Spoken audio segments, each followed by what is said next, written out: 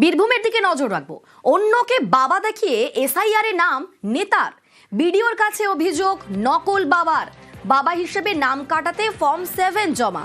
বীরভূমের খয়রাশোলের মুক্তিনগরের ঘটনা। আমাদের সঙ্গে রয়েছেন প্রতিনিধি সুপ্রতিম। সুপ্রতিম, ঠিক কি ঘটনা? এই কে যিনি এই কাজটি করেছেন তিনি কে? তিনি কিভাবে এই নকল নাম তুললেন? দেখো, যে ঘটনা ঘটেছে সেটা হচ্ছে বীরভূমের খয়রাশোলের মুক্তিনগর গ্রামের। এবং মুক্তিনগর গ্রামের যে ঘটনা সেটা হচ্ছে যে বেশ কয়েকদিন আগে এসআইআর এর যে খসড়া তালিকা বেরিয়েছে এবং সেই খসড়া তালিকায় দেখা গেছে যে একজন রয়েছেন যার নাম হচ্ছে যে বিজয় হালদার, এবং তার বাবা যাকে সাজানো হয়েছে তিনি হচ্ছেন সুখদেব হালদার। তিনি বর্তমানে মুক্তিনগর গ্রামেই থাকেন না। এবং এই ঘটনা জানাজানি হতে কিন্তু সুখদেব হালদার তিনি বিডিওর কাছে একটি অভিযোগ জানান এবং সেখানে তিনি জানিয়েছেন যে তাকে নকল বাবা সাজানো হয়েছে এবং সেক্ষেত্রে তিনি একটি ফর্ম 7ও কিন্তু ফিল আপ করেছেন। তবে সেটি প্রশাসনের কাছে জমা পড়েছে কিন্তু সেইভাবে তিনি জানিয়েছেন। এবং তিনি জানিয়েছেন যে তবে এই ঘটনা থেকে যেটা প্রশাসনের তরফে জানা গেছে যে দুজন ব্যক্তি কিন্তু বাংলাদেশ থেকে এসছে। যে যিনি অভিযোগকারী তিনি 1975 সালে এসেছিলেন, যদি এটা 2002 সালের ভোটার লিস্টের নাম আছে। আর অন্যদিকে এই যে নাম রয়েছে বিজয় হালদার যিনি অভিযুক্ত, তিনি জানিয়েছেন যে তার কাছে সমস্ত ডকুমেন্টস আছে, যদি প্রশাসন তাকে ডেকে পাঠায় তিনি সমস্ত রকমের ডকুমেন্টস জমা দেবেন। এখন ঘটনাটা কি সেটা কিন্তু সমস্তটা ক্লিয়ার করা যাবে প্রশাসন যদি ডেকে পাঠায় তারপরই। বেশ, ধন্যবাদ সুপ্রতিম। ঠিক কি অভিযোগ করছেন অভিযোগকারী শোনাবো। একটা লোক আমাকে বাবা সাজিয়ে ভোটার হয়েছে তৃণমূল করে, এটা আমি জানতে পেরে আমি সে বিডিওর কাছে আমার ব্যাপারটা আমি জানাইতে চাই, যাতে আমার নামটা কেটে দিয়ে ওর সঠিক ব্যাপার নামটা দেয়। একটা প্রাণে মারার কোনো হুমকি দেয় নাই, যা পারিস তা কর, গিয়ে আমি করবো না, এগুলোই আর কি বলছে। ওর পার্টির জোরে ক্ষমতা দেখাচ্ছে, পার্টির লোকও জানাইও কোনো কিছু সুরাহা করতে পারিনি। বিজয় বাংলাদেশি। ভিত্তিহীন অভিযোগ, এই দাবি করছেন অভিযুক্ত তৃণমূল নেতা। প্রমাণ সহ নথি আছে বলেই দাবি অভিযুক্ত নেতার। কমিশন চাইলে দিতে রাজি অভিযুক্ত। এ অভিযোগ করেছে, কি করেছে সে আমি বলতেও পারবো না, আমার জানাও নেই। এবার যদি ব্লক থেকে যদি ব্লক প্রধান যে রয়েছেন সে যদি আমাকে ডাকে, ডকুমেন্টস নিয়েছে, যতটুকু আমার কাছে ডকুমেন্টস আছে আমি ওখানে দাখিল করব। কে কি করেছে, কে কি বলেছে সেটা আমি কিছু বলতে পারবো না। না, যে ডকুমেন্টসগুলো রয়েছে আমি সবই দেবো, আমার কাছে তো রয়েছে, না থাকা তো নয়। এই ঘটনায় কমিশনের পদক্ষেপ দাবি করছে বিজেপি। এদিকে পাল্টা বিজেপিকে নিশানা তৃণমূলের। এবারে তদন্ত হচ্ছে, আমরা তো চাই। মুক্তিনগরে বিজয় বাবুর বাবা সুখদেব বাবু তিনি কিভাবে আবার পাড়ুয়ে চলে গেলেন, এই ব্যাপারটা তো তিনি ভালো বলতে পারবেন, কারণ তিনি তো তৃণমূলের নেতা। তৃণমূল তো সব জায়গায় কারচুপি করার চেষ্টা করছেন। আমরা চাই এই সব কিছুর তথ্য সঠিকভাবে যাতে তদন্ত করা হয়। ইলেকশন কমিশনকে কড়া পদক্ষেপ নিতে হবে বলে আমরা মনে করি। এবারে তদন্ত হচ্ছে, আমরা তো চাইবো সঠিকভাবে তদন্ত হোক এবং এসআইআর যাতে ন্যায্যভাবে হয় এবং এসআইআর যাতে কোনো রকম রাজনৈতিক দুরভিসন্ধর শূন্য থেকে হোক, সেটা আমরা সবাই চাই। বিজেপি চাইছে নির্বাচন কমিশনকে দিয়ে জানাতনা প্রকারেণ 58 লক্ষ ভোটারকে তাদের ভোট থেকে বাদ দেওয়ার জন্য, যাতে তারা 58 লক্ষ ভোট পেয়ে জিততে পারে। হিয়ারিং এ বিশেষভাবে সক্ষম দম্পতি। আলিপুরদুয়ারের বৃদ্ধ বৃদ্ধার চরম হয়রানি। জন্ম থেকেই দেখতে পান না বৃদ্ধ, স্ত্রী কথা বলতে পারেন না। দুজনকেই এসআইআর শুনানিতে ডাক। কমিশনের ভূমিকায় ক্ষোভ বৃদ্ধ দম্পতির।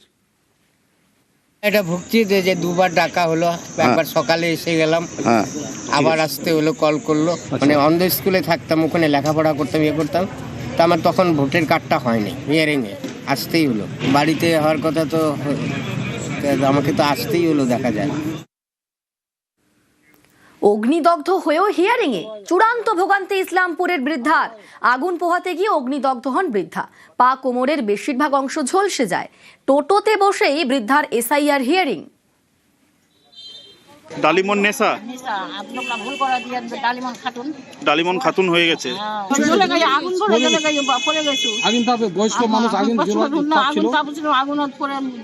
চলে গেছেন। তো আপনার তো বাড়িতে হওয়ার কথা ছিল না? বাড়িতে বেলা ওরা তো ওরা কথা বলে না, কথা ওই ডাক্তারের সাথে বিকেট নিয়ে আসেন, ফের মোর ছলা কথা 2000 দিলাম নাই, তুই হাজিরি নিয়ে দিলাম, ফের কোনো। তো এখানে আসার জন্য বলছে বিডিও অফিসে? টোটোতে করে আসছেন? কষ্ট হচ্ছে না আপনার?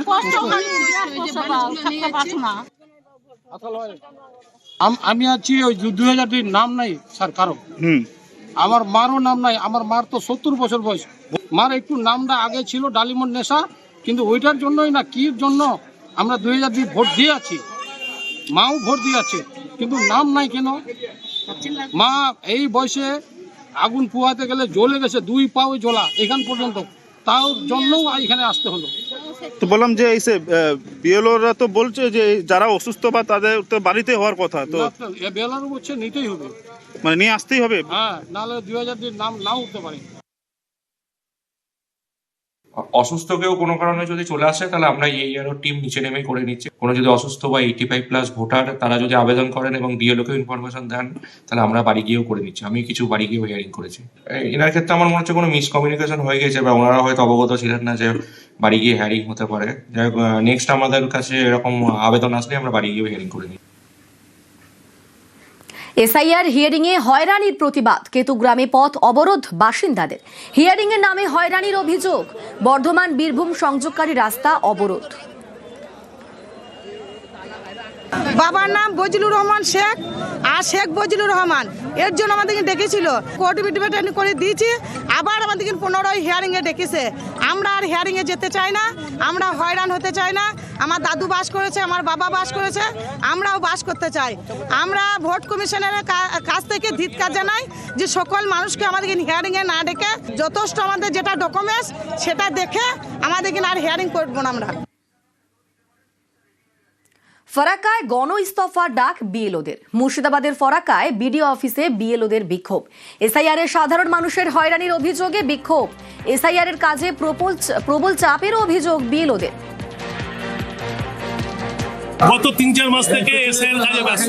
আমরা বেশিরভাগই শিক্ষক, বিদ্যালয়ে প্রচুর কাজ থাকে, সেই সত্ত্বেও আমরা এসআইআর সম্পূর্ণ কাজ করেছি। প্রথমে এসআইআর বলা হয়েছিল কোনো ডকুমেন্টস লাগবে না, এখন যে ডকুমেন্টস গুলো দেওয়া হচ্ছে জনসাধারণের পক্ষে সমস্যা।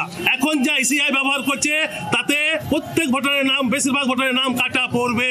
আজকে সকালে একরকম অর্ডার, বিকালে একরকম, তারপরের দিন একরকম। জনসাধারণের স্বার্থে আমরা গণ ইস্তফা বিএলওরা দিতে যাচ্ছি, এতগুলো ডকুমেন্টস দিতে পারবে না।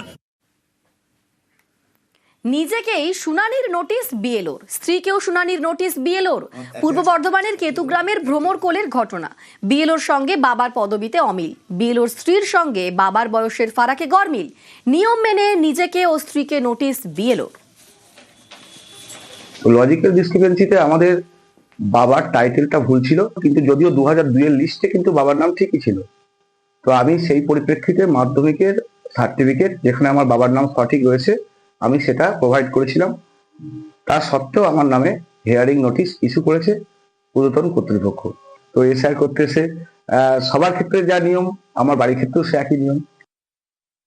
আমার বাবার সঙ্গে আমার বয়সের ডিফারেন্সটা 50 বছরের ঊর্ধ্বে হয়ে যাচ্ছে, কিন্তু বাকি যে ডকুমেন্টস গুলো আছে ভোটার কার্ড ছাড়া সেগুলোতে আমার বাবার বয়সে সবকিছুই ঠিক আছে, কিন্তু শুধুমাত্র ভোটার কার্ডের জন্য কিন্তু আমাকে হিয়ারিংটা দিয়েছে।